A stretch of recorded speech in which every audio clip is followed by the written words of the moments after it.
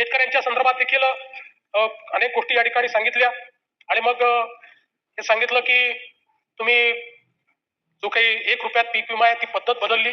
खरं आहे, आम्ही बदलली. तर आम्ही पहिला प्रयोग केल्यानंतर आमच्या असं लक्षात आलं की 1 रुपयात पीक विमा आहे म्हणून अनेक लोक 3-3, 4-4 ठिकाणी विमा काढत होते.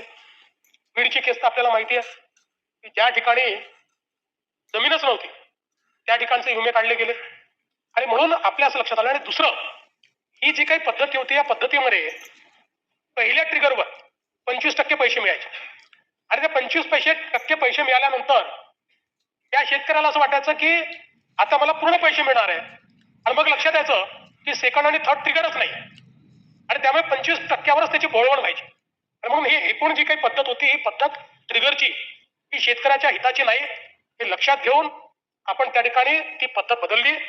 नवीन पद्धतीमध्ये आपण आलो.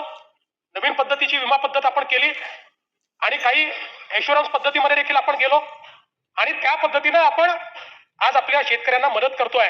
आणि मला सांगितलं पाहिजे की मागच्या वर्षी ज्यावेळी आपल्या शेतकऱ्यांवर संकट आलं त्यावेळी आपण आपल्या शेतकऱ्यांना जे रोख पैसे दिलेले आहेत त्यांच्या अकाउंटमध्ये ते 15,472 कोटी रुपये हे थेट शेतकऱ्यांच्या खात्यामध्ये, पीडित शेतकऱ्यांच्या खात्यामध्ये आपण दिलेले आहेत आणि म्हणून आणि डीबीटीच्या माध्यमातून दिले आहेत. अशाच नवनवीन अपडेट्ससाठी व्हिडिओला लाईक करा, चॅनलला सबस्क्राईब करा.